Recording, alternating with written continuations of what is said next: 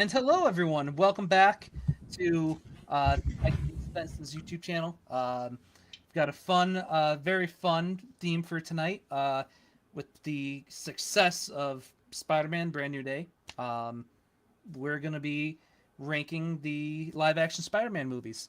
Um, and it's something I'm very excited about, and I know the rest of the panel tonight is as well.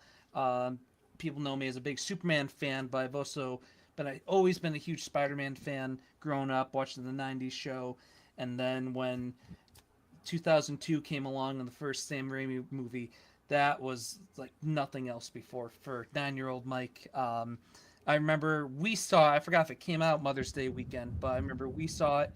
We went to go for the earliest showing, and this is when you still got in line for tickets, and the line was out the door for like the earliest showing, and the by the time we got to it, the next available showing wasn't until like 7 or like even maybe like 8 o'clock. So went the whole day through Mother's Day, and then ended it seeing Spider-Man. And I had read the novel because Scholastic Book Fairs. I bought that, and Hmm. so I was ready. So and ever since we've been truly blessed with some really good Spider-Man films. But joining me to talk about these great movies, Justin, Nemesis Prime. How's it going, buddy? Hello, sir. What's going on, everybody? Yes, it's a fun list. There's definitely not a bad movie. It's just depending on where you rank everything, right? Agreed. I was. That's another thing. There might be one I've never rewatched, but I don't hate any of these movies. I don't know about you guys. How about you, Noah? No, I don't. I don't think there's a movie to hate on here, but definitely, some least favorites. But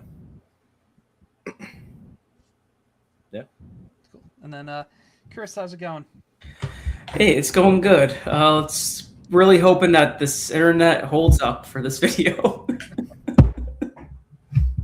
But yeah, I agree. Like, there's no bad Spider-Man movie. I've really enjoyed every single one that we've seen live action so far. I was a little upset that we didn't put into the Spider Verse for just when you said we were ranking Spider-Man movies because that would have been pretty high up there for me. But still happy to be here. And that's a good segue into kind of what this list does consist of. So live action Spider-Man movies, there's 9, so that's including all 3 Sam Raimi movies, uh, Andrew Garfield's The Amazing Spider-Man, The Amazing Spider-Man 2, and all 4 Tom Holland films. So no Civil War, Infinity War, or Endgame. None of the Sony Villainverse, and no Nicolas Cage Spider-Man Noir series. And yeah, we kept the strictly live action Spider-Man films. Um, I just feel it's easier, makes it a little bit more easier to rank them when you're not putting the 2 animated films there as well. Um, that being said, I'm going to throw some trivia at the end of each one too for some points that don't mean anything. Um, with that being said, um, a little bit how the breakdown came. So we're using the reverse point system. So we all took our rankings, and our first place got 9, and then as you see on the slide there, that's how the points, got gathered and generated, and that's how we got our master ranking. And starting it off, I'll start it off right away. The Amazing Spider-Man 2. Um, I thought I was prepared to say something nice about this film, not thinking there would be a lot of other nice things to say about it from the rest of the panel. But everyone had this movie higher than I thought. Um, so I just want to say that I thought Electro, Jamie Foxx, was done pretty well. That scene in Times Square, I think, is one of the coolest films in any of the Spider-Man movies. Um, I really love the relationship with Garfield and Emma Stone. The fact that she even wore the same outfit um, from that issue that they drew from, I thought was pretty cool. Um, Other than that, yeah, it's not my favorite. It's my least favorite. It was number 9 for me. Um, but Justin, I believe you had it pretty high. Um, you had it at Amazing Spider. You had it at number 5. So Justin, tell us about your thoughts on the Amazing Spider-Man 2. Yeah, I loved the Garfield stuff. So I just think it's a different character. It's a different take than Toby stuff. But the second one introducing a little bit more villains. Yeah, you're not really. Electro's kind of okay. Goblin's like cool, but there was so much stuff to be had in this movie that would have set up a third movie if they would have continued. And Emma Stone's great too, like you said. Just she plays Gwen so well. It's something that we still haven't seen in the other movies, and even in the original stuff. Like there's not much of the characters. So yeah, man, I like both of these, but yeah, this one's definitely high up on my list just for the cast itself. Absolutely. Chris, how about you? Yeah, I had this on the bottom of my list only because I agree with you. Like, there's a lot that this movie could have made for the third one to happen. But like, I really did not like the design of Electro, which was my biggest issue. Also, same thing for the Goblin. But like, the same thing with if we were going to talk about Spider-Man 3, Raimi's third film. My problem is I think there's just too many like big villains happening in one go. Which was just, to me, I thought it was just a little bit all over the place. But man, I still love the opening swing scene from this movie. Like, I still think it's one of the best filmed versions of him swinging through the city, because it felt real. Like, I honestly felt like that's exactly what Spider-Man would look like right out of the comic books in New York City. But just, I don't know, there's so much going on. Like I said, it's not for the villains. Couldn't get into them. And then Noah, what are your thoughts on Amazing Spider-Man 2? So my thoughts are I probably should have had it higher on my list now that I'm thinking about it. Because as Justin was talking about it, I really started to think, I'm like, man, there is actually a lot of stuff I did like from this movie. I had it 8th, so I had it not in very last. I agree with Chris. The Electro's design is not my favorite. I wish he wasn't blue. However, his effects were amazing. I really liked what they did with his power set. But I also agree with, like, there is like probably at least one too many villains in this movie. I would probably say Green Goblin, because I did not like this movie's Green Goblin whatsoever. But this is also one of my favorite Spidey suits. I love his suit in this movie. It's absolutely beautiful. And that beginning scene of him web slinging was awesome. And then, yeah, Emma Stone as Gwen Stacy, their connection together is really good. So, yeah, probably should have had this higher than an 8, but that's where I quickly left it. Yeah, and as you guys mentioned, there's a lot of villains going on. You know, the Paul Giamatti as the Rhino, just great actor, terrible script and what they decided to do with the Rhino. As you know, they had the whole trying to set up a Sinister Six movie with the Man in Black, and that essentially went nowhere. Green Goblin's my favorite villain in all of comics, only second, I should say, behind Joker.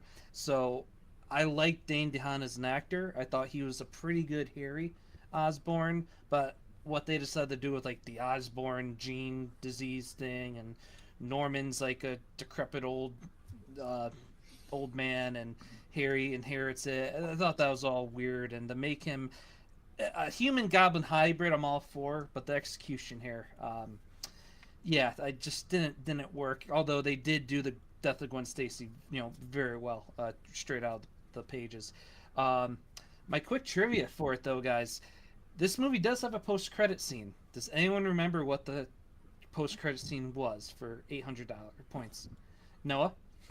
It's with I forget his name. He has like a code name, but he's the one. He's walking through the vault with all of the villains in the background, like Doc Ock's arms and Vulture's wings, and then yeah. Oh wait, or no, wait. Yeah, you're right. I'm thinking of the first one. Never mind. I think I'm right. Yeah. But that was still in the movie. That was well, yeah. You're talking about deleted scene, bro. You're talking deleted scene. I know what you're trying to pull. I'm pulling something funny, but it's not a deleted scene. Because of the weird Sony and Fox Marvel agreements, it's actually a trailer for Days of Futures Past that they decided Really? to throw in as a post-credit scene. You know, I don't think I ever. I Made it? thought for some reason I thought it was something to do with the Sinister Six, but I don't think I stuck around long enough to see that trailer.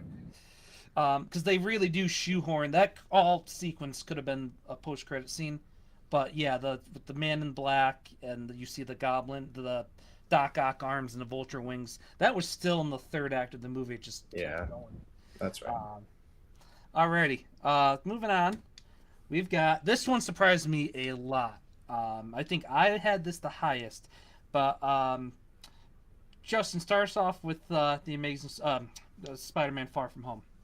Where did I have this? Did I have this towards the bottom? You did. I think I had this the highest, and everyone had this one pretty low.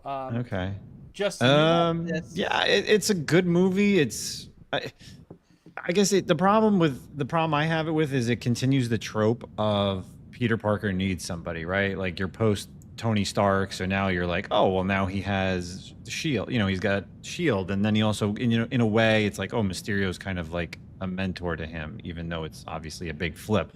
I think the whole idea of him originally saying that he's from a different universe, you're just like, oh, this is cool. I'm liking this, but then obviously it's not, right? Yeah, I mean that's it. Pretty simple. Chris. I had this around, I think it was 8 on my list. Yeah, I had it at 8. And the more I watched a lot of his, like, I love between Homecoming and No Way Home, and then seeing Brand New Day, I felt like this one just fell flat of his 4. And I agree with like the whole, like, if they kind of kept it like he was from a different dimension deal, like I thought that would been pretty cool. And I don't know, I just kind of hated like how they tied in Quentin Beck to tie with Tony Stark. I'm like, okay, that's really like reaching for some story there. So like now we're looking almost this came out in 19, like 5-6 years after that Civil War came out, right? Somewhere along that line. Yeah. So it's like just trying to find the connection for him to be connected to some way for Peter was just I don't know, a little far of a reach. But I still liked the elementals in this movie. I loved how just the use of the drones for Quentin was very interesting. But I also agree with Justin. Like I feel like at that time he should have figured out his own path already. Like he doesn't need to rely on like the want of being Tony Stark, right? Like I don't know. I think he should have had it figured out by then. How about you, Noah? Yeah, just kind of echoing off of these other two guys. I pretty much agree with a lot of what they say. I love Mysterio. He's one of probably my favorite Spidey villains. However, I just don't think him in this movie was right. Like I guess I was kind of let down on his role and his motives in this movie.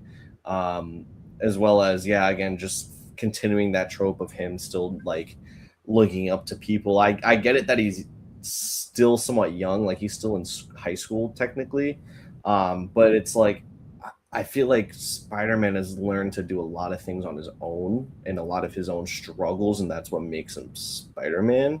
That might be too hot of a take, but yeah, no, this movie was definitely not as strong as the other three for sure. I also just missed like the theatrics of Mysterio. Like even when he's not Mysterio, he's still like a thespian in the way, right? He's still very dramatic, and I just wanted to see more of that from Gyllenhaal. Yeah, like I thought visually some of the best stuff we've seen in the MCU with that battle scene where it's him facing a bunch of multiple Mysterios, and we see like Marvel zombies and stuff. Like all that is cool. Yep, and that was a great scene. You first see him flying in. It's just like seeing Mysterio live action for the first time was cool. But yeah, and I love Jake Gyllenhaal as an actor. I've loved him since like Donnie Darko. But yeah, that's a good point about when he's not Mysterio. It was too kind of like behind the curtain, like Scooby Doo villain in a way, and not like true really. It was almost like the costume was an afterthought to him because he had the glasses and was doing a lot behind the scenes more. And I don't know, the real Mysterio I thought would have found a way to survive. Before we got No Way Home, I thought rumors of like the Sinister Six. I thought him and Vulture for that matter could have found their way back into that. So that kind of kill him off was, I thought, a bold strategy, Cotton. And it was cool to see Nick Fury and Agent Hill, although scrolls, but where Nick Fury goes when Spider-Man was like, not about, he didn't want to get involved, he just wanted to be on his trip, and is like Nick Fury was like, bitch, you went to space. Like, you got classic Nick Fury and stuff. So but yeah, definitely I think the weakest of the Holland movies. Some good parts, but yeah, there are some elements that really do fall short. In this movie, as one of the cast members, Tom Holland referred to as one of the godfathers of the MCU. Anyone have any guesses who he was talking about? Nope. No. John Sam Favreau. Jackson.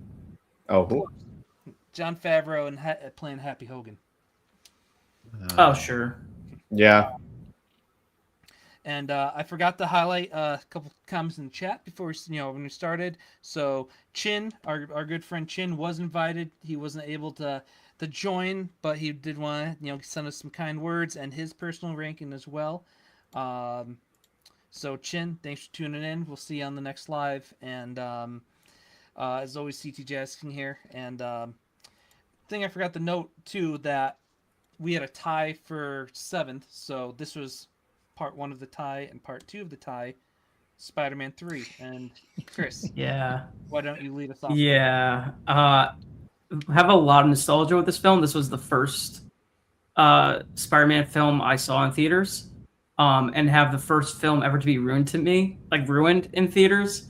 Because like you said, like when we used to wait in line and like get your tickets, and like I remember getting into the theater and it being packed. And I was with my mom, I was with my grandpa, and then it's a Raimi film, so it's got some horror elements to it.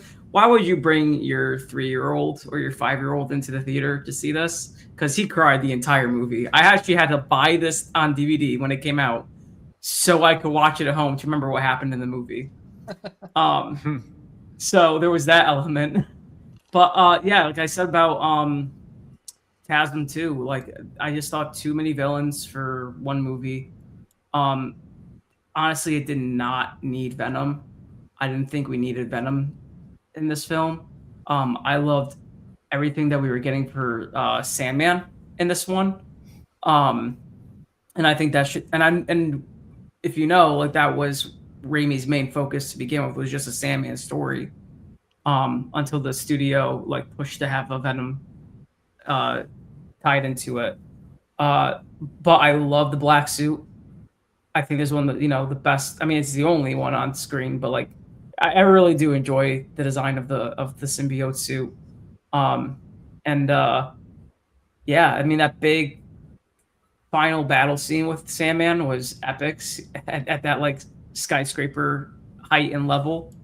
But man, it's the most memeiest movie you could get out of all the Spider-Man films. So that I had to put it low. How about Yeah, I've all of the Tobey Maguire Spider-Mans. I mean, they're all nostalgic for me, so it's really hard to fight against that. Love Sandman in this movie. Like we were saying, only black suit we have in live action, and it looks pretty damn good in this movie. And I kind of do like Harry's kind of Goblin Jr. kind of thing. That beginning fight is honestly one of my favorites. There's definitely a lot going on in this movie, but it's definitely not the best out of his 3. So that's why I also had this low. So my hottest take, probably the whole video. And once again, I enjoy all these movies, all 9. And Spider-Man 2 is a very, very good film. One of the best superhero films ever made. I prefer this to Spider-Man 2.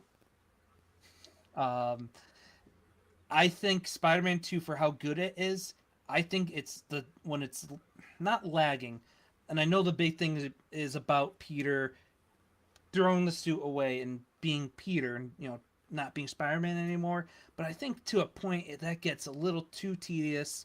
You don't get a lot of Doc Ock. I'd rather see more Doc Ock than some of the Peter struggles in Spider-Man 2. But going back to why I love Spider-Man 3, I'll never forget the first like teaser. It might have even been a poster. It was him looking into the mirror, the skyscraper mirror, and you see the black suit, and that was just huge because you've only had the comic and the animated series. Yeah, the Sandman scene alone, what I pictured here is some of the best CGI ever, and a lot better than some of the CGI we get nowadays. I think Topher Grace wasn't miscasted. I just think the whole Venom of it all, like you guys were saying so far, that it's just a lot going on in the studio. Wanted, forced the movie to have Venom in it. But I thought, Topher played a good beaten down character, like Hank Azaria from the animated cartoon. And I defend how Spider-Man acts, Bully Maguire and all dancing. Because there's when I recently rewatched this for the first time in a while, earlier last year, when he's talking to Kurt Connors, there's like the point that he makes of it heightens all emotion or something. So it's kind of justified for him to be that much of a tool. Plus, the animated series did that well, not to this extent. And we still get classic J. Jonah Jameson. We get a lot of the stuff with the rent from his landlord and the dynamic, the love triangle with Harry, Peter, and MJ. I had more fun. I thought this was an easier watch than Spider-Man 2, and that's nothing against Spider-Man 2. After that, Justin, what are your thoughts? I think this was the bottom of my list, right? If you had to double check. Yeah. But it's obviously they're not. It's not the best of them. That's why it's my worst of them. But I remember this when it came out. It was good. I enjoyed it. Everyone's like high on the Venom stuff at the time. I hated when Eddie has like when he doesn't have the suit and it's just like his face and he's got the creepy teeth. Like that was never Venom, right? That's not how Eddie looks like when he doesn't have the symbiote on. Yeah, again, there's too many villains that are in there. And then you have Harry. I do like Harry kind of switching because that's obviously, comic thing. So you still get the Willem Dafoe in there as well. Sandman's great for the times. CGI was just awesome. At this point, it's kind of like peak, and it did a great job. There's some great scenes, but yeah, I feel like it was too much. And obviously, you have the photo there is the goth version of Toby, so Peter Parker. So that's it. And then I don't know, what did you guys think about tying in Sandman to being in part of the Uncle Ben's killer? I go back and forth on it. For this universe, it doesn't bother me, but then there's the hardcore Spidey fan in me that's like, why mess with that? So, like, what do you guys think about having Sandman be involved in that? I mean, for like a storytelling point of view, I think it makes sense only because at that point in the film, Peter kind of already took off the black suit a bit because he was already kind of fighting, going back and forth with it, and it gave him a reason to fully embrace it. So like on a story point of view, it makes sense, but I also don't like that. Yeah, just leave the Uncle Ben stuff alone. It was fine. It was done. Don't need to continue that. And then, yeah, I definitely think you still could have had Sandman's motivation to be a villain and still have Spider-Man need to go stop him because he's stealing money and he's robbing for his reasons. And that still could have given Spider-Man a good reason to go after him, but you still could have just showed that with after he got the black suit, then he's just a lot more aggressive. Yeah. And right, we didn't have to touch the Uncle Ben stuff, but it was fine. It doesn't bother me too much. I actually looked, and this movie was number 5 for me, so I actually had it higher than I thought. And that's a lot of nostalgia reasons. That's because I grew up on this movie. So, Yep. I've got a fun fact that I never caught. There's a silvery, goldy goblin mask to kind of hint to the hobgoblin in the goblin room that I never caught. And then, um, how long do you guys think it took the Sandman scene to be shot? I'm gonna say 3 months, 10 months, or 6. 6 months. Yeah, I would say There you 6 months. Yeah, I was gonna say 6. Well, you all win 700 points apiece. Good. Um, Multiple choice, yes. all right. So that being said, let's go into 6. Noah, start this one off. Yeah, I had Homecoming a little low just because. Actually, let me double check where I had that. That was under You had- Spider-Man 3, so I had this at 6. Still above Far From Home because it's definitely better than that one in my opinion. But yeah, this is just what starts that trope of him needing somebody or him, needing guidance or still kind of learning things, but as the first movie, it was okay because it's kind of we didn't have the experience of like, all right, now it's too many times of this. Um, and yeah, I like how Tom Holland, especially at this time, like fits the role really well and the age, just or in like the way he looks. Like I feel like in Amazing Spider-Man, like Andrew Garfield was a little older, and he was also too cool for school. That always rubbed me the wrong way with his Peter Parker. But Tom Holland, I feel like, is a good mix, and this is the first movie we really got to see that. And the Vulture was all right. I mean, not my favorite villain that we've had. It's not that I don't like Vulture. I don't think his portrayal was my favorite. I think we could have gotten something a little better. And then him dating his daughter, like going to the dance with it, it's like, whoa, that's threw me off a lot. But yeah, overall, this movie was really good for his first solo movie. Yeah, agreed. I loved seeing after that little bit in Civil War, all Spider-Man fans were so happy for this movie. I remember the trailer using MGMT's "Time to Pretend." So I loved MGMT, so I was ready for this movie. I couldn't wait. I'm biased. Michael Keaton may be my favorite actor of all time. So to see him play a villain, after seeing him play like Batman, I was all for it. I loved how, looking back at the Stark tech of it all, part of me sure would love the just more classic Vulture. But the fact that it wasn't just a really, really old guy, I thought was pretty cool. Plus Michael Keaton. That scene you mentioned where he's the father, once again, Needle Drop, the song Save It for Later by the English Beat. Love that song. So I'm like, yeah, he's getting ready for prom. We've all been there. And then Needle like undrops and it's Michael Keaton at the door. It's like, whoa. And then you get the scene where he's driving them and then she gets out of the car and he, pretty much says, I'll kill you. Stay out of my business. He realizes he's Spider-Man. So I like the whole Keaton, Adrian Toomes, Tom Holland Spider-Man dynamic there. It's great to see Ned. Never seeing him in live action before. I thought their chemistry is still great to this day. But yeah, this was before later films. This was pretty high on my list and still is in the top. Justin, how about you? Yeah, no, I had this pretty high, I think, and I think it's a great starting off point. Vulture's. I don't know. I think he's like, no, he's not. He's like first or second in the villains for Spider-Man. I can't think of all the Amazing Spider-Mans. I know he's pretty early. I think he's Yeah, growing Second up, or like third. Spider-Man, like Vulture was just like whatever. But I remember in the '90s when they did, it was like I think it was like something Life Thief storyline, and they did this where it was like he got de-aged, and then he had like a cool silver suit.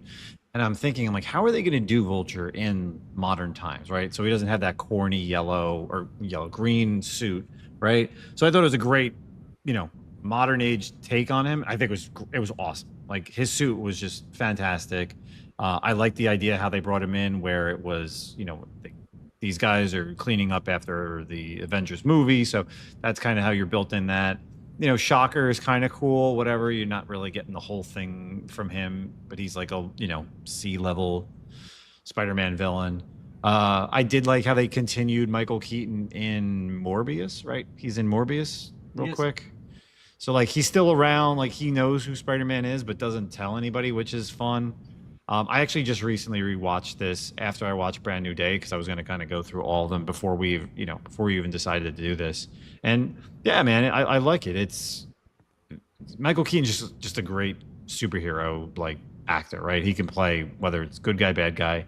Um, yeah, I was fine with it. I remember when I first saw it, I didn't like it, but as the other ones started coming out, I would go back and be like, yeah, he was a badass villain to start off for Tom Holland. And like you said, you get the maturity of Tom Holland. I talked about this on my review for Brand New Day. Is like Tom Holland started in Civil War. He was 16, and this is like 10 years later. So you got a literally kid in high school. Tobey Maguire and Andrew Garfield were in just close to 30 when they were making their movies. So he is a high school kid. Yeah. Chris. Yeah, I mean, I did put this a little lower on my list. I think it's actually I put it at sixth place. But there's nothing about this film that I don't like. I agree. I think Michael Keaton's portrayal as a modern day Vulture is spot on, especially because like you kind of have to think how were they going to portray him in the sense of like most of Adrian's like reason of why he went to like crime was because of the cancer that the wings gave him.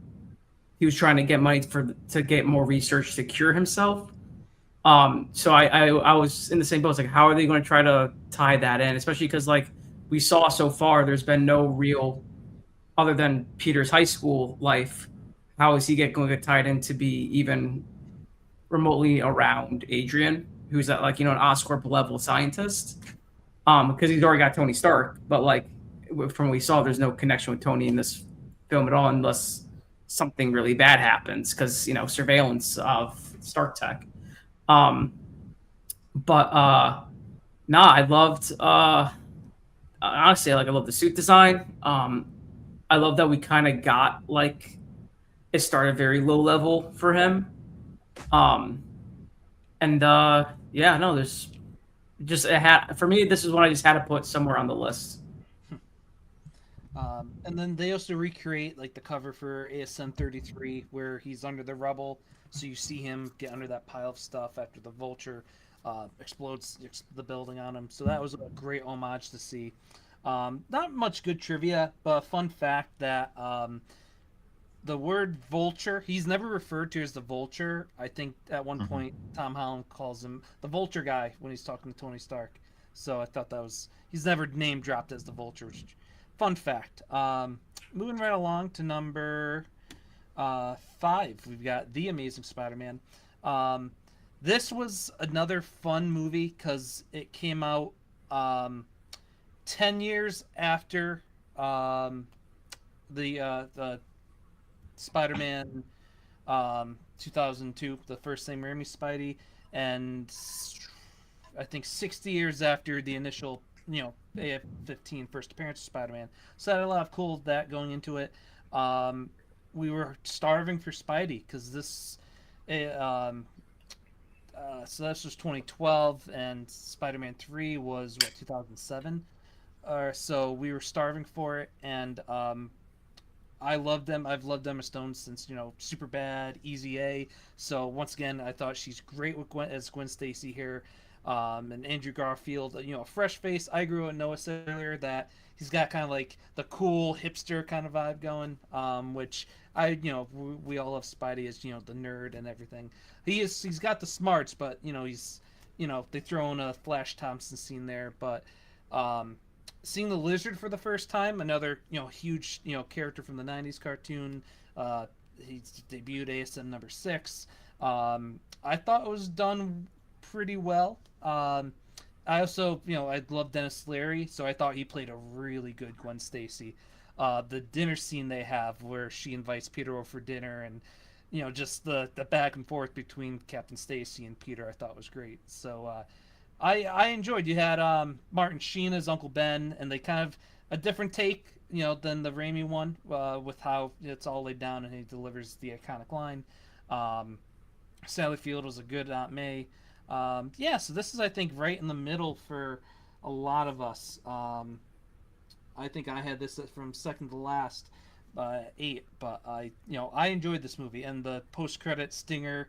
We first see that Man in Black guy kind of talking to Lizard in his cell, and then there's that just crack of lightning, and I'm like, oh, does that mean Electro comes next? So I thought that was done pretty well. But Justin, you had this pretty high. I think you had this at.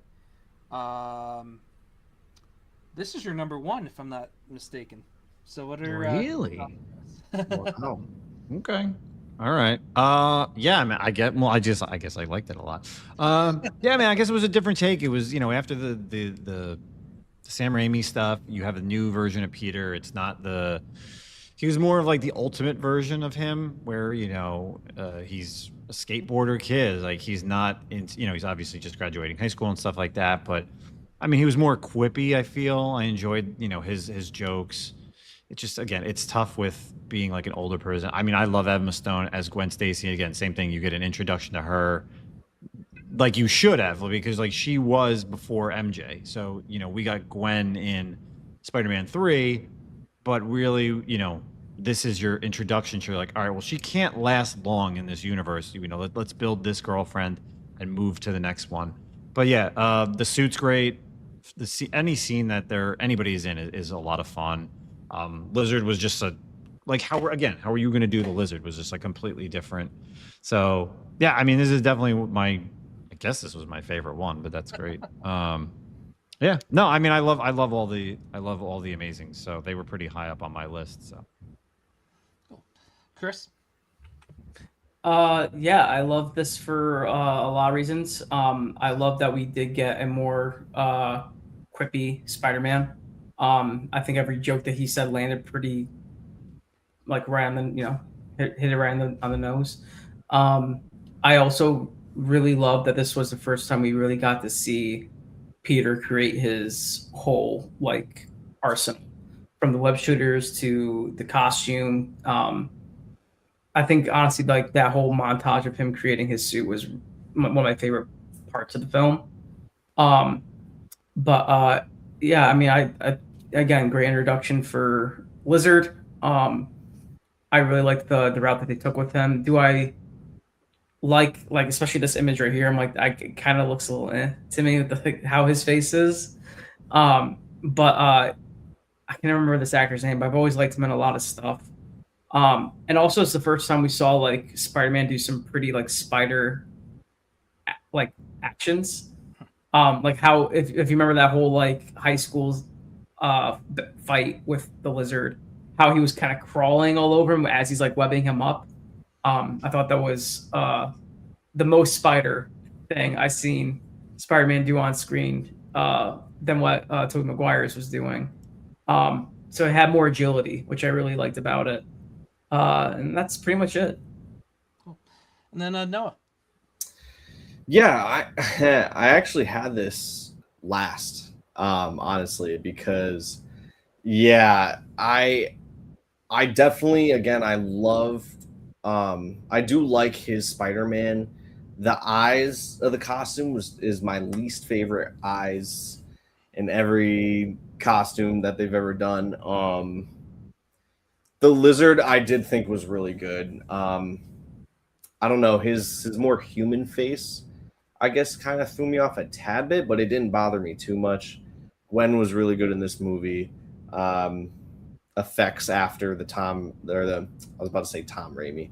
The Raimi and then Maguire movies was a big improvement after that time gap. I mean, it's again, I had to choose one that was last, and personally, I think Tom Holland's a better Spider-Man and Peter Parker combined. So yeah, this just ended up at the bottom of the total poll, unfortunately. But it is an enjoyable watch. I will watch it. It's not one I just never. I hate it. No, I don't. Awesome. Yeah. That's pretty much I kind of blew my trivia early with the anniversaries from the AF-15 and from the first Spider-Man movie. But yeah, moving right along. Justin starts talking about our number four. Yeah, so like you said it earlier, and a lot of people do say this is like the best superhero movie ever. I don't know. Like I don't know. I need to rewatch this one. I haven't seen it in so long, and maybe I don't see it that way. And I know, don't they have like Spider-Man like 2.1? Like, isn't there a director's cut for this or something like that? Or There might be. There. That's a good. I don't know about that, but there was like, the MTV animated series that starred Neil Patrick Harris as Spider-Man, and it was like to fill the gap between one and this. And then later, Sam Raimi was like, "Yeah, that's not canon at all." The yeah. 2.1 version of this, I'm not sure, but you could be right. Oh yeah. There is. So it's Yeah. 2.1 adds about 8 minutes of extra and extended Oh. footage that was originally released on DVD in 2007 to promote Spider-Man 3. So I've never seen those other scenes, so that's why I feel like I need to go back. Maybe it's little things that make the movie better, right? But even from an original standpoint, I mean, Doc Ock is a great villain, like through and through. He is the villain. Uh, and you get, Harry's still in there, MJ is still in there. It's Sam Raimi. It's like, what you're getting into with a lot of his movies. Like there's a lot of just those close-up shots that are horror but not, and it's always in your face. It just reminds me so much of then eventually when him doing like Doctor Strange in the Multiverse of Madness. Yep. Yeah. Chris? I had this one number one. And it's only for one reason only. It is the fact that we really got to see the struggle of Peter wanting to stay as Spider-Man, which was the whole. For me, it's always been the one thing I admired about Spider-Man is that he has always chosen to be Spider-Man, right? And even though he knows he doesn't have to. So seeing the iconic, throwing the suit away and just ignoring everything that was going bad around him in that montage, was just kind of like breathtaking for me. Because I'm like, no, dude, go. Like, when I saw this movie, I had to be about 8 or 10 or so, and like just be like, no, dude, just go save him. Like, go save people. Go be Spider-Man. Like it annoyed me. It literally annoyed me.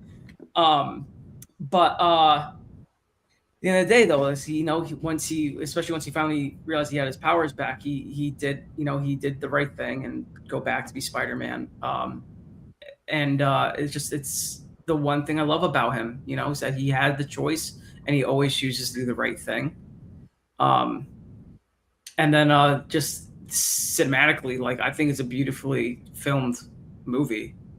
You have a lot of cool scenes, especially like it's one of the most talked about, but it's still really cool. Like the whole when he gets his power back, he goes off to go get Doc Ock because he stole Aunt May, and like you see Spider-Man like swinging through the city just for it to be revealed that you're coming out of Dr. Octavius's goggles. I'm like, wow, that's a really cool transition. And then the whole fight at the end. The only thing I have negative about this movie is honestly Kristen Dunst's performance. That's really it. Like I did not like her throughout the entire movie. I mean, it's because it's the whole point. You're not supposed to like her through this one, just because of how she treated Peter and like the whole relationship with getting married with J. Jonah Jameson's son. Like I don't know. That's the only thing I did not like about it. But costume is great. The villain is great. The plot is solid. Yeah, this was number one for me. Noah? This was my number 2, and definitely nostalgia took over a lot with this one and the first one too. Just again because I grew up on these movies. Doc Ock is amazing in this. I love Doc Ock in this movie, and I forget the actor. Alfred He's- Molina. Alfred Alfred Molina. Molina. Thank you. He was great in this movie. He's a great actor. Some of my only gripes, I can agree with Mary Jane a little bit. I didn't bother me too much because yeah, you are not supposed to like her. And maybe the losing his powers part. I feel like I don't know. I think maybe you could have done it without him losing his powers, but plot wise, it was great, and it also makes sense for the organic webbing. Yeah, this is just definitely one of my favorite movies of Spider-Man, and yeah, definitely will always love to sit and watch this one. Yeah, you guys hit a lot of the good points. Being a huge horror fan and Sam Raimi fan, so I loved how we got a lot of cool nods, tip the cap to Evil Dead. That the when Doc Ock's arms take over the picture I featured here, that's straight out of a horror film, and they even have the chainsaw, to tip the cap to Ash. Um, Yeah. J.K. Simmons once again is great in this. There's when we see that Mary Jane's not getting married to her son, and he tells his wife, call the caterer, tell him not to take out the caviar. Like it's on top of that's when he's wearing the suit because after it's thrown away, someone's found it, and it's just we get classic JJ in this one. The Harry and Peter back and forth, when Harry finds out that it was Spider-Man that was involved, or that Peter is Spider-Man. His reaction was awesome, and it just really helps build up to we talked about their fight and how their relationship worked in Spider-Man 3. Yeah, Alfred Molina is great. And the quick fun fact trivia, or he was on Broadway while this was being filmed. Any of you guys know what show? Wasn't this Fiddler? Wow, the 92 points for Chris. I only know that because like there was a like behind the scenes of like Molina on the green screen, and he just randomly starts singing "Rich Man." So I assume that was the reason why. The movie, I think, when he's scaling one of the buildings at one point, Yeah. sings. If I was, he played Tevier, that character. Yeah. So, good on you for your Chris there, and yeah, icon filmed. Love seeing him in a future movie we're going to talk about very soon. Yeah, and once again, I know I said maybe I should rewatch it again, but it is good. I agree with the loss of powers does slow it down a tad, and could have been handled differently. And knowing that there's the 2.1, maybe seeing that fixes where it's a little bit slow for me. But Yeah, I've never even. I actually I think I've heard of it, but I do need to see that though. I'm interested now. yeah, What Didn't the they do? 0.5 has. Didn't they do like a re-release of the movies for a bit? 'Cause I remember seeing that was added in that re-release. I think they This did is like that. what before No Way Home or something like that. I think that you're right. That's ringing the bell as well. Moving right along, Chris, talk about No Way Home. This is where like I feel most of my nostalgia comes in, only because like it brings back Toby and it brings back Andrew to see them on screen. I cried when they both appeared. I'll be honest. I was like, oh boy, this is happening. This is the biggest struggle for Peter at the time, right? For Tom Holland's. There's just so much I enjoyed about this movie. The interaction with Doctor Strange, still getting your classic for Holland, the Ned and MJ team up, and just yeah, again, like we're going through that trope again that he needs somebody, but this time it's like, oh, he needs somebody, but he really effed up like hard, and now he's dealing with the repercussions of what he did. Which I always like to see a superhero like fix his mistakes. So it's beautiful. It's just again filmed it was just beautifully well. It was just beautiful, especially like the whole scene right here, like when he's in front of all the videos, all the screens in Times Square, and just hearing. We just all like, okay, here we go. Here comes what's gonna make. Here's what's gonna bring back our depressed Spidey. Like, give us our sad boy. The one that has no care in the world with how strong he is. I want my sad Spider-Man. So everything about this was great. And I thought Jamie Foxx's Electro was way better in this one, um, with his costume and all. And you get your classic Willem Dafoe. I love that he said he would only take this role if he did all the combat himself. And got it at 64, because I think that's how old he was when he filmed that. I still be able to move like that. So, so good on him. But no, I thought seeing all three Spider-Man on screen was the biggest thing for me for this film. And their interactions, and knowing that 90% of their lines were improv is awesome. And yeah, no. How about you with No Way Home? Which one, me? Yeah. Okay, Your sorry, name's I didn't hear Noah. my name. Yeah, no, this movie is so good. I hate myself every day that I didn't get to see this in the theater. But without that being said, this I feel like starts Spider-Man's journey of leaning away from mentors, because yes, he needs help from Doctor Strange at the beginning, but after, like, oh no, I guess he still uses the Spider-Mans though. I just First though. Yeah. Yeah, Go. but Yeah. yeah, it's great to see them though, and all of the villains too coming back is really good. Everyone reprised their role really well. Green Goblin in this movie is phenomenal. The one thing that does take it out in it, it's only the one scene or two scenes, and every time I see it, I'm just like, why? And I understand the actor complications, but when they had to reuse past footage for Sandman and the Lizard when they turned back human, and it's because I've seen the other one so many times, I'm like, as soon as I saw it, I'm like, that's totally ripped from the other movie. Like, it definitely took me out for a second. So I always kind of, dislike those specific, like, quick scenes. But other than that, this movie is fantastic, and it paves the way for greatness. So Yeah, this was my I know Top Gun Maverick was like what brought people back into the theater after COVID, but that following Christmas time when this came out, this is to be back in a packed theater with a bunch of people.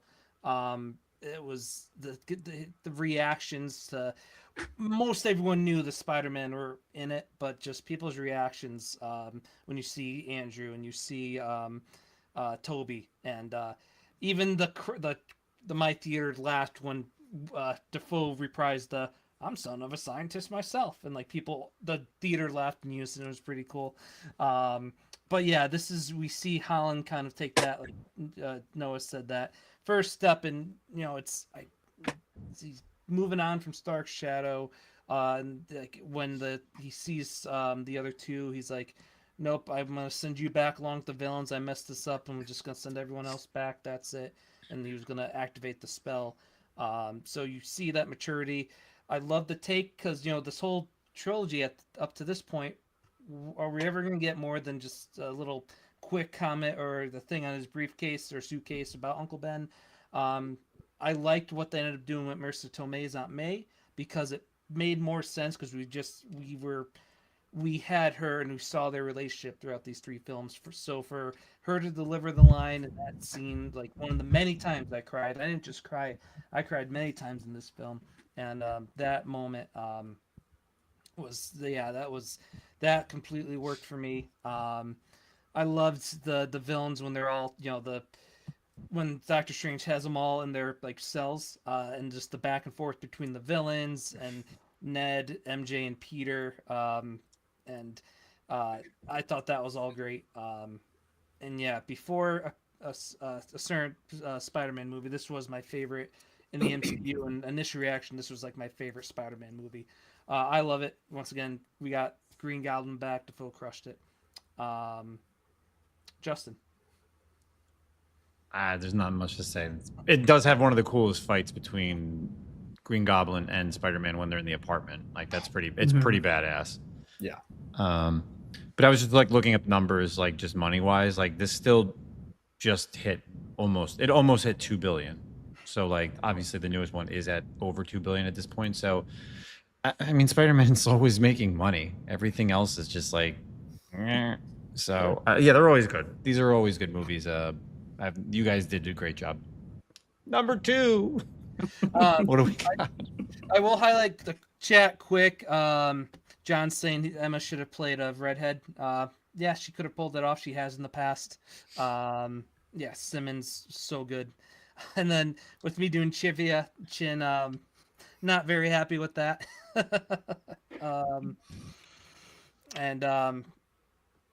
Yeah.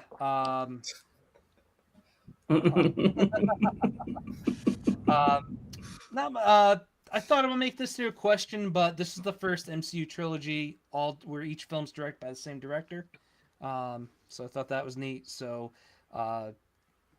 2 points for me, and we'll go on to number 2. And my favorite Spider-Man movie. I think. No, start off with this one. Yeah, I think I had this at my number 1. There's so many, I feel like, iconic moments. Again, the nostalgia really took over with this one. As I was making my list, I'm like, man, I've seen this movie so many times. I can quote it. And the monologue of Green Goblin when Spider-Man's tied up like you have in there is a great scene. The upside down kiss, again, another one. The introduction to Triple J is amazing. He really plays that role very well. And I even like from the beginning of like when they're fighting in the hallways of the high school to the end battle scene. I mean, yeah, I always still hate that villains always die in Superman or superhero movies. I always wish they can continue on and just like comics and just always come back for even if it's like a quick little intro scene. But this movie is just definitely one of my favorites, so it's hard. I can't say I have a negative for it, so that's just me though. Justin, how about you? Yeah, I don't know. Somewhere in my top 3 or top 5, I think. I can't really remember, but yeah, I mean, it was the first big movie, right? Like it was X-Men was just prior to this, so this is the first solo type of thing where we were like, oh shit, this is Marvel's big guy, right? I remember when this was like coming out, I'm like, I don't know how they're gonna do Green Goblin, with obviously the mech instead of doing just like a cloth suit, right? So, but I mean, everybody does well in this. Like Noah said, I could do the same thing, like quoting it, whether it's this scene where he's talking to him or the scene at the end. I mean, my biggest problem, even throughout all these Spider-Man movies, is how come the villain always knows or finds out who he is, or like why does he reveal himself to the villains? Like Spider-Man, like all these superheroes, that's the whole thing. Superheroes are always meant to keep their identity, right? That's the only thing that bothers me in a lot of these Spider-Man movies, but it's up there. It has to be up there. It started it all. Yeah, X-Men walked, so I should say Blade walked so X-Men and Spider-Man could fly. Yeah. Blade kind of put it on the map, and then the next two with X-Men 2000, this in 2002. Then we might not have the MCU if it wasn't for those movies. But yeah, this is my favorite Spider-Man movie. I kind of in the intro talked about the hype going into this. Yeah, and you guys hit the nail on the head. There's a funny edit of the scene where Goblin's monologuing to him on the roof, and they dubbed the lines with, I think, "Define Gravity" from Wicked, and it's done perfectly. I've seen that. It's funny. Said that in a group chat a while ago, but yeah, this film's great. The Green Ranger Goblin never got me, because I just thought we get to see a live action Green Goblin, and Defoe's performance was phenomenal. Him acting with himself in the mirror sequences. Yeah. They pretty much ripped the scene straight from the animated series where it's him and I forgot Dr. Strom or whoever. It's like we're not ready for human testing, and so they like pulled like straight from the cartoon. Yeah, now the last I just remember when Peter first goes to the Bugle and gives his photos. what I always quote was like crap, crap, mega crap, crap, and Robbie's facial expressions. R.I.P. To the actor who passed away a couple years ago, but he always had the great facial expressions and reactions to not only Jonah, but he'd always give like Peter a side eye, like he pretty much knew it without saying it. So yeah, this movie's done extremely well. Chris.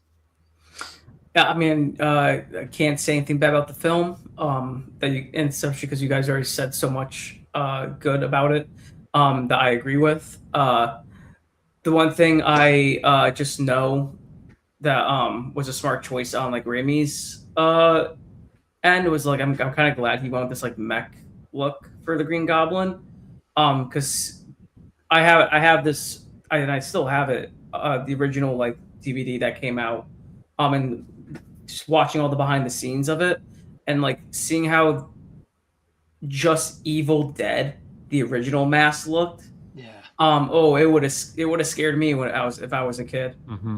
So I was actually very glad that they kind of went this route for the Green Goblin. But yeah, it's quotable. The action is awesome. Like again, my biggest thing about Spider-Man is just his costume.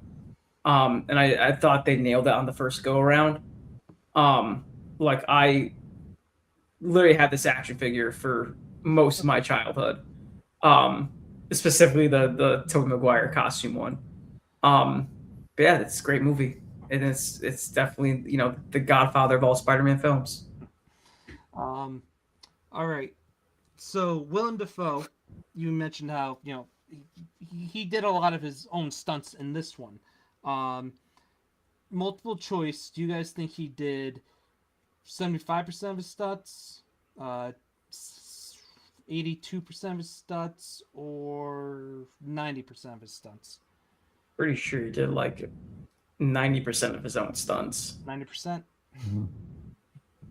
90 points for Chris. But yeah, phenomenal movie. We had just have only one left, and chin son of Spider-Man fan himself. So without any further ado, you probably have all done the math. Brand new day. Noah, start us off. The more we started going through the movies, I'm like, this one's gonna be last, and I know it, and I feel like it's definitely recency bias, but it is a freaking phenomenal movie. Walking out of that theater was awesome, and also just going to the theater. This was kind of the first time I've really done like an opening night. Like I went Thursday night, and there's so many people dressed up, kids in Spider-Man costumes. Like it was actually a really cool experience. So that in of itself was cool.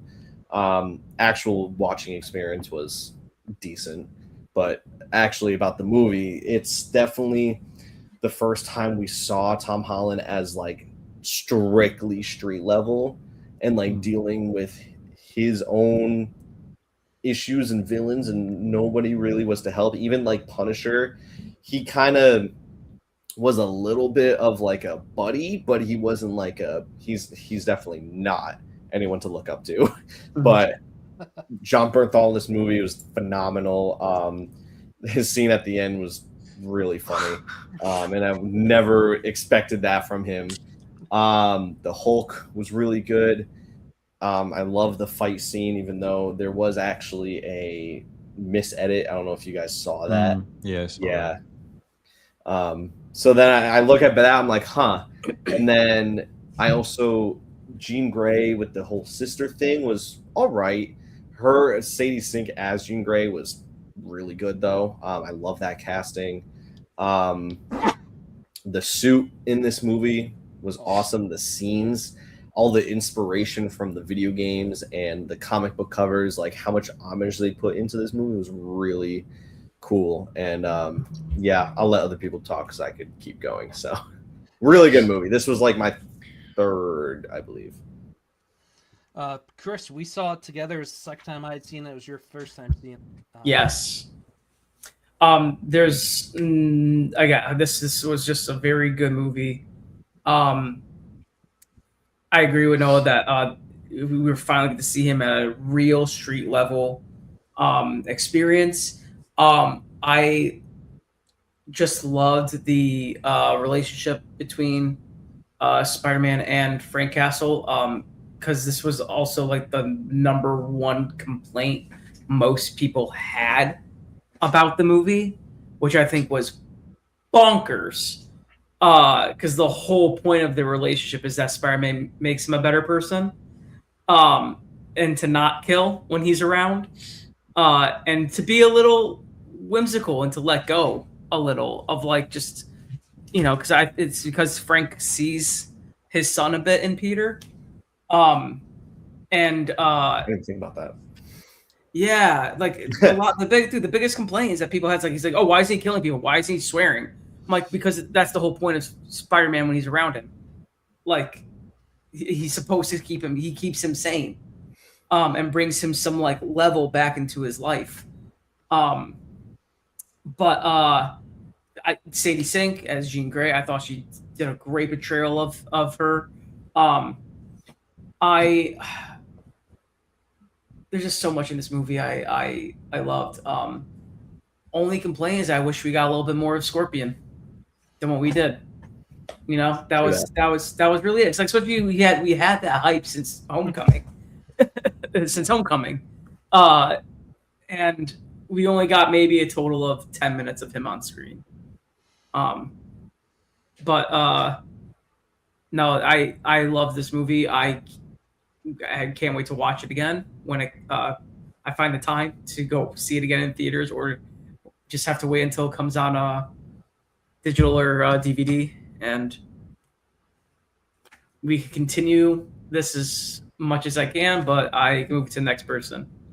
Yeah, Justin, you and Zach did a good job on the Comic Con podcast. You guys were both big fans of this. Yeah, I think every character had enough time on screen where it didn't feel like overwhelming. Like Chris said, yeah, you could have gotten more Scorpion, but I think they kind of more pushed the whole mutant or Jean Grey aspect to make way for the X-Men, right? Mhm. So that's why you didn't get a lot of Scorpion. Um, I mean, it's street level Spidey. It's taking away from it's real. I said it I said it on the podcast. It's the first time where it doesn't have a happy ending. It's not really a happy ending for Peter at the end of the day. Like MJ doesn't like him. He really doesn't know Ned. He's been away from everybody. The time skipping throughout this is good to see as well. So it's just him by himself. He's a lonely guy, and every movie doesn't need to have like that, right? Like this doesn't need to be a happy ending for everybody. It's real. It's real. It makes it more memorable. Yeah, and I will say, not that I was worried and wasn't going to see it by any means, but this was the first Spider-Man movie to fit in so many characters, and it felt natural. And I thought, for more or less, everyone had just the right amount of screen time. They made the Hulk fit in, and Bruce Banner perfectly with him as the professor, and then we get classic Rage Hulk back, hopefully for good. No more Smart Hulk. Doubt it. I love the no more Yes. Banner, no more girl, just Hulk. Like that's what we've been wanting since Infinity War, the beginning of it. So that I thought that fit in well. The Punisher, I loved his dynamic with Holland, and eventually MJ too. And I thought this was the best Punisher we've seen from him. I just like what Chris and Noah were saying. I loved how it humanized him a little bit more. I love the point about him seeing his son in Peter, and I love this. Uh, uh, Jean Grey's looking at them on the cameras, and you just see them overacting and yelling at each other. This felt like a comic book in all the right ways. The MJ stuff, that scene, which is the bottom left photo, just like everyone's reaction both times I saw in theaters was no, like that was you felt for Peter so much, and like I at that point I was like, wait, I didn't do the math of what clips we've seen in trailers. Is MJ is that gonna be it for her? Like how this movie's been going, a darker tone. I part of me believed, is that gonna be it for her? He saves her, but just that whole scene. And my last point is I forgot what podcast made this point. They're married or together in real life. Um, she has to act like she doesn't love the person that she loves in real life. So that just shows how such a great of a talented actress she is. Um, and yeah, it's I thought they handled the Jean Grey of it all very well. And I love Even Elena, like for her to be in it, Yeah, I yeah. to be like I saw before I went to see the movie, I saw like the red carpet, and I saw her on the red carpet even with like Marissa Tomei, and I'm like, why is Florence Pugh there? Like no idea that I'm like, oh yeah, like maybe she's in the movie. That's why they should. No, I thought she was just there because obviously she's been in Marvel movies, so she's just representing and like appreciating. Had no idea that she was going to be in the movie. See, So I completely that was a fun surprise for me in this world. Yeah. We see everything like I didn't know about her coming in. And lastly, I will say it's not a knack against it, but how do you not think of the scene where you see Gina and her sister and they're in the park and she's running? Kate Bush started playing in my head. Like I'm sure that has, but she's running in slow motion. Like, but Oh, I actually thought about that after the fact because like as soon as we finish watching the movie, like and I get home and I go through social media, I see like a post about like how Noah Schnapp was like super annoyed at Sadie Sink for not telling him that she got the part as Jean Grey. And I'm like, and then that just threw my head. I'm like, oh my god, all the Stranger Things like memes for her after this is just going to be so bad, just And- so bad. The internet's going to take her to So meme jail. we have her now. We have David Harbour's the Red Guardian. We have the Human Torch. I'm blanking on Dacre Montgomery. No, Joseph Quinn. I'm confusing. Yes, you're right. So Stranger Things is coming to Marvel. And then lastly, I'd love to get your thoughts on this. A good point. The end credit scene. Do you think it's for Doomsday? Do you think it's for a Battle World on Secret Wars? Do you think it's Toby in Doomsday? Do you think it's what do you guys think about the little teaser we got at the end? Do you want my real answer or do you want my fun answer? Fun. Okay, it's definitely Cosmic Spider-Man. It's just out of nowhere. Like it's definitely Cosmic Spider-Man. Real answer, it's probably setting up for Doomsday. It's probably Toby. Yeah, I think it's definitely going to be probably already on Battle World. But whether or not we see our Tom Holland Spider-Man in the Doomsday before Secret Wars, we don't know. I feel like he's either going to pop in maybe towards the end. Maybe we do get Toby or Andrew, throughout the actual movie. And then I feel like Tom Holland, hopefully he's in the second one. And then hopefully it's his turn for the black suit, which is what I'm really hoping for. So, Yeah, like Chin's alluded to it on 3 Men in a Basement, and we all I think share the if they do not recreate the Secret Wars 8 cover Jazz Hands, that's just or even him getting the symbiote at all is such a wasted opportunity because where else are they going to go with Spider-Man that that Tom Holland hasn't gone through? I think this movie was a huge step in the maturity of him, like Justin was saying. Why not add the next biggest? He's lost his Uncle Ben, Aunt May. Have him go through the black suit and just have him just go through that whole experience, and then hopefully we get a true Venom. The whole alien symbiote storyline done correctly comes to Spider-Man on Secret Wars, and then eventually shedded, and we get Eddie Brock. One can only hope.